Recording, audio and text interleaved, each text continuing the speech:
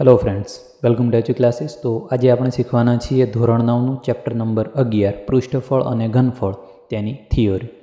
તો theory start કરતાં પહેલાં આપણે સૌપ્રથમ ટાઇટલ સમજી લઈએ. તો ટાઇટલની અંદર આપણને આપેલું છે કે પૃષ્ઠફળ. તો સૌપ્રથમ આપણે પૃષ્ઠફળને સમજી લઈએ કે પૃષ્ઠફળ એટલે શું. તો આની અંદર આપણે પૃષ્ઠફળ અને શંકુ વિશેની માહિતી મેળવીશું.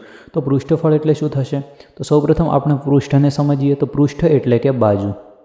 પૃષ્ઠ એટલે કે બાજુ.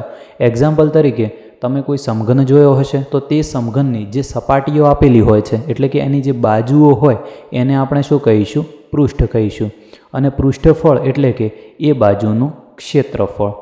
જે બાજુઓ તમને આપેલી છે તે બાજુઓના ક્ષેત્રફળનો સરવાળો એટલે કે તેનું પૃષ્ઠફળ. તો મને લાગે છે કે પૃષ્ઠફળની અંદર તમને ખ્યાલ આવી ગયો હશે. તો આજે વિડીયો છે તેની અંદર આપણે શંકુ વિશેની માહિતી મેળવીશું. તો સૌપ્રથમ શંકુ કોને કહીશું? તો તમે બર્થડેની અંદર જે ટોપીનો ઉપયોગ કરો છો અથવા તો જે જોકરની ટોપી હોય છે તેનો આકાર શંકુ આકારનો હોય છે. તો સૌપ્રથમ આપણે શંકુની આકૃતિ દોરી લઈએ કે શંકુ કયા પ્રકારનો આવે છે. તો અહીં જે મેં આકૃતિ દોરી છે આ આકૃતિને શંકુ કહે છે. આની અંદર નીચેના ભાગની અંદર વર્તુળ બનશે. હવે વર્તુળ છે તો તેનું કેન્દ્ર થશે. કેન્દ્રથી આ જે અંતર છે તેને આપણે કહીશું ત્રિજ્યા અને એક આપણે સીધી ઊંચાઈ લઈશું. તો આ બધાનું જે નામ થાય છે તે તમારે ખાસ યાદ રાખવાનું રહેશે કે આ જે ભાગ થાય છે આ જે છે તેને આપણે કહીશું ત્રિજ્યા. તો ત્રિજ્યાને આપણે દર્શાવીશું આર વડે. ત્રિજ્યાને આપણે દર્શાવીશું આર વડે.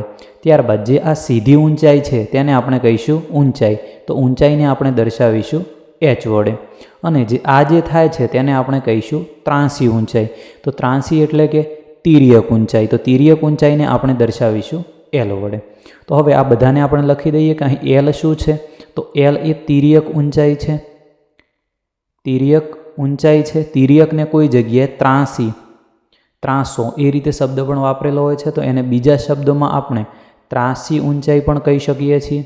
ત્યારબાદ એચ છે. તો એચ એટલે કે ઊંચાઈ થશે, જે સામાન્ય ઊંચાઈ તમને આપેલી હોય છે. ત્યારબાદ આર એ તેની પાયાની ત્રિજ્યા થશે. શું થશે? પાયાની ત્રિજ્યા. તો આ ત્રણ શબ્દો તમારે ખાસ યાદ રાખવાના રહેશે. હવે આની આ જે આકૃતિ છે તેને હું સાઈડમાં દોરું છું. તમે ધ્યાનથી સમજવાનો પ્રયત્ન કરજો, કારણ કે આની અંદરથી આપણે એક સૂત્રને ઉપયોગમાં લેવાનું થશે. તો જુઓ, અહીં આ જે થાય છે તે ત્રાંસી ઊંચાઈ છે તો એને આપણે એલ કહીશું. ત્યારબાદ આ જે થાય છે તે સીધી ઊંચાઈ એટલે કે એને આપણે એચ કહીશું. અને આ તેની ત્રિજ્યા તેને આપણે આર કહીશું. હવે જુઓ, અહીં જો તમે ધ્યાનથી જોશો તો કાટકોણ ત્રિકોણ બને છે. તો આની અંદર હવે જો આપણે પાયથાગોરસના પ્રમેયનો ઉપયોગ કરીએ તો શું થશે કે પાયથાગોરસનો પ્રમેય શું હતો?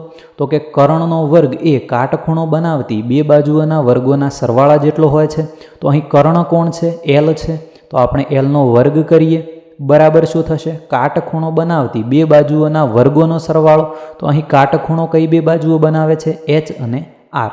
તો આનું શું થશે? કાટખૂણો બનાવતી બે બાજુઓના વર્ગોનો સરવાળો. તો બે બાજુઓનો વર્ગ એટલે કે એચનો વર્ગ અને આરનો વર્ગ, આ બંનેનો થશે સરવાળો. તો અમુક દાખલાઓની અંદર તમને એચ આપેલા હશે અને આર આપેલા હશે તો તિર્યક ઊંચાઈની તમારે સૂત્રની અંદર જરૂર પડશે. તો એ સમયે તમે આ સૂત્રની મદદથી તિર્યક ઊંચાઈ શોધી શકો છો, જે તમારે ખાસ યાદ રાખવાનું રહેશે. ત્યારબાદ હવે આપણે બે સૂત્રો યાદ રાખવાના છે સ્વાધ્યાય 11.1 માટે. તો સ્વાધ્યાય 11.1 માટે પ્રથમ સૂત્ર થશે શંકુની વક્ર સપાટીનું ક્ષેત્રફળ. શંકુની વક્ર સપાટીનું ક્ષેત્રફળ. તો વક્ર સપાટી એટલે કઈ કહેવાય? તો આ જે ઉપરનો ભાગ બને છે, જે નીચે વર્તુળ છે તે તમારે ધ્યાનમાં લેવાનું નથી. ફક્ત આ જે ઉપરનો ભાગ છે એને આપણે કહીશું વક્ર સપાટી. તો તેનું ક્ષેત્રફળ થશે પાઈ આર એલ.